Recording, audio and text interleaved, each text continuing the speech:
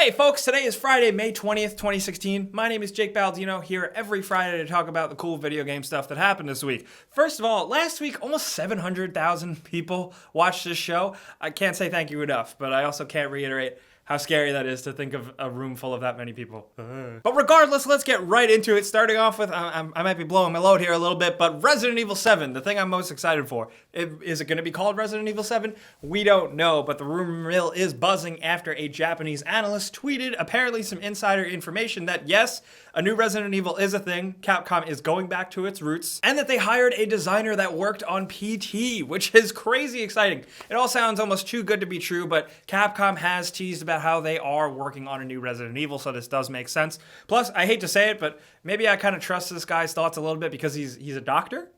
So, I mean, hey, you can trust doctors, right? For me personally, this is the thing I am most excited to hear about at E3 if it definitely comes true. Because think about the position Capcom's in right now. I like to assume that they realized the mistakes from Resident Evil 6. They still have Resident Evil. It's still a huge property no matter what. And they're hungry. They want more. They want more people playing it. They want a good game. So maybe I'm being way too optimistic, but I really hope that I'll even take a reboot at this point. Just the Resident Evil foundations, something that'll please everybody. I'm really hoping for the best here, but you know, who knows? You guys gotta check this out though. This is crazy. I've been playing a shit ton of Doom. I love it so much. But this guy on YouTube, Zero Master, recorded his playthrough of Ultra Nightmare, which I don't know if you know, that is the hardest difficulty you can play the new Doom on. And Doom is incredibly difficult and you can't die. You have to play through the entire game and not die. And this son of a bitch already did it. And it is a good watch, I gotta say. He's really skilled. I linked the video down below in the description as well as everything else I talk about today. You guys gotta check this out because it's just insane. I just love watching people who are so good at, like godly good at video games. Also, shout out for his PC to not crashing to the desktop once during that playthrough because that would have really sucked, right? And Google is finally seriously throwing their hat into the VR game with the next version of Android N, as it's called right now, with their open platform called Daydream. This means that the next version of Android will have built-in software to decrease latency and allocate resources just for VR. So now if you've ever enjoyed strapping a hot phone to your face, now Google will make it much easier for you. I talk about VR a lot on the show here, and I know a lot of you guys aren't really into it, but I think it is worth mentioning though that if anything has a chance to succeed, it's mobile VR. I'm very surprised how many people use Samsung's Gear VR thing. It's simple, it's easy to use, it's not complicated or hard to set up, and it's on your phone. So, you know, that's easy to break into the mainstream. And speaking of VR, a new update for the Oculus Rift software apparently kills Revive support. Revive, for those of you that don't know, is the unofficial app that lets people play Oculus Rift exclusive games on their Vive, which was totally a cool and sanctioned thing by founder Palmer Luckey a few months ago, saying that he wanted to keep it all completely open. This kind of totally sucks, especially if you were hoping for a completely open ecosystem for VR and, you know, put it on the pile with the things that Oculus has done that, you know, just aren't really great for their customers. But on the flip side, business is business, and, you know, Palmer Luckey isn't exactly in charge anymore after the Facebook buyout. It's a much bigger company, much bigger than him, and he should probably watch what he says. That being said, it sucks to be limited, and I feel like right now with VR, it's such like a young little baby fragile state. All the companies should be doing everything they can to make it easy for people to access these games and actually enjoy this new thing. So the next Battlefield game, we've talked about it before, Battlefield 1 is aligning itself marketing-wise with Xbox One. This means, of course, when you see ads for it and stuff, you're going to see Xbox splashed over everything. You see it all the time with Xbox and PlayStation games. Even if they're not exclusives, they usually side with one side or the other for marketing. Now, the question for a lot of people and people at this Investors Day for EA is, hey, aren't you kind of alienating yourself from the large amount of PlayStation 4 player base you're gonna have? And of course, EA said, oh, we're not worried about it. Investor Relations Vice President Chris Everton said, I don't think there are limiters to our ability to reach a really broad audience of gamers across the whole shooter spectrum. Players who play these games and also bring more players in the genre with Battlefield 1. CEO Andrew Wilson also talked about it and just kind of reiterated that just because of the marketing is one way, the fact that the game isn't actually a console exclusive doesn't mean anything in the long run. And I gotta say, I kind of agree with it. Because like stuff like, I think Destiny was all marketed around PlayStation 4 and, you know, you had early content on PlayStation 4, but there was still plenty of player base on Xbox One for it. We wanted to include this story, but at the end of the day, it's breaking news. Company has only good things to say about their product.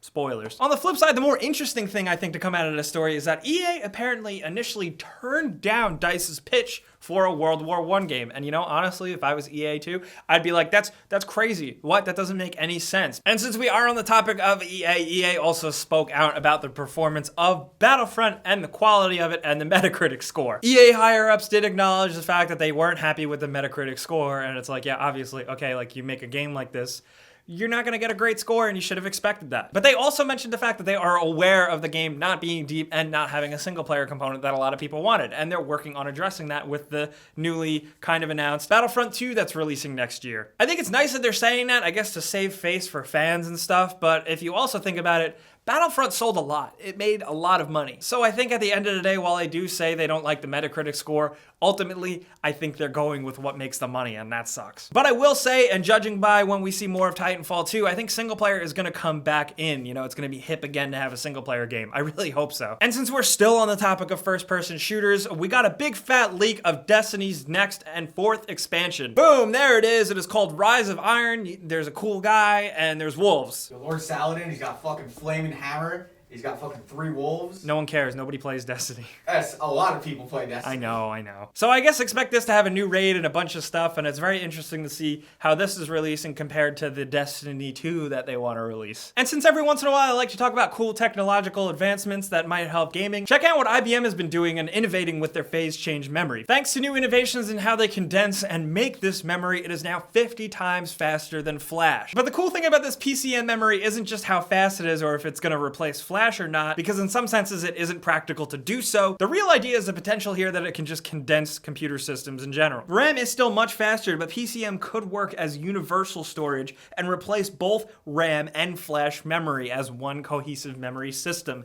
And that's cool, because most of the time when systems like these are simplified and instead of two things talking to each other, it's just one thing, things are faster, easier to produce, and just more exciting. There's a link below where someone wrote about it, and they are much smarter than I am, and I think you should check it out. And in some downer news, according to Square Enix, Kingdom Hearts 3 and the first part of the new Final Fantasy VII Remake won't actually be out until after March 2017. Square Enix still has a bunch of other games they're releasing before that time, so I'm okay with this. I really don't have much to say about this because I can patiently wait for those games. And it's been leaked and teased and rumored forever, but we're finally getting the Batman Return to Arkham collection. We got an official announcement and a release date of July 26th. It's gonna be $50. It's a bundled remaster of Batman Arkham Asylum and Arkham City. It's also gonna have all the DLC and most importantly, improved graphics with better lighting, effects, shaders, and environments. I'm very curious to see just how good this is and how big this overhaul is, especially for someone who played them on PC. I will say, judging from the footage, it looks like Batman Arkham Asylum looks a lot better. Arkham City, not so much, because that game already looked pretty damn good. If you guys want to hop on over to my channel, I am announcing the winner of the Uncharted 4 giveaway. I'm giving away 1 copy of the game,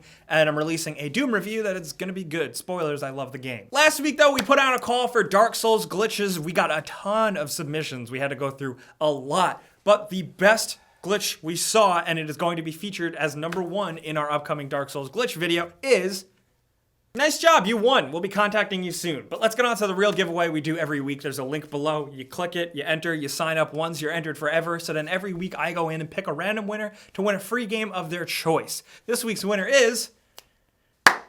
Nice job. You want a free game? I'm gonna be contacting you. Check your goddamn spam box. But my children, that is it. It has been a short week. It's been a quiet week. It's probably gonna be like this up until E3, but there's still a lot of stuff to talk about in the comments, so I do wanna hear what you guys think down there. Are you putting as much of your faith into Resident Evil 7 as I am? Are you into Battlefront now having a single player the next time around, or have they just completely lost you? Are you gonna be hopping into new Destiny stuff? And are you sad that you're still not gonna be able to play Kingdom Hearts 3 anytime soon? Let me know any video game stuff you want to talk about. I'll be down in the comments, as well as Twitter, Facebook, Instagram, Snapchat, all those places, at Jake Baldino. Let's talk, let's be friends. You guys know the deal. Clicking the like button helps us out so much. I personally appreciate it very much. Thank you so much. You guys know the deal as well. If this is your first time here, subscribing is a good idea because we put out videos every single day. I'm also here every single Friday.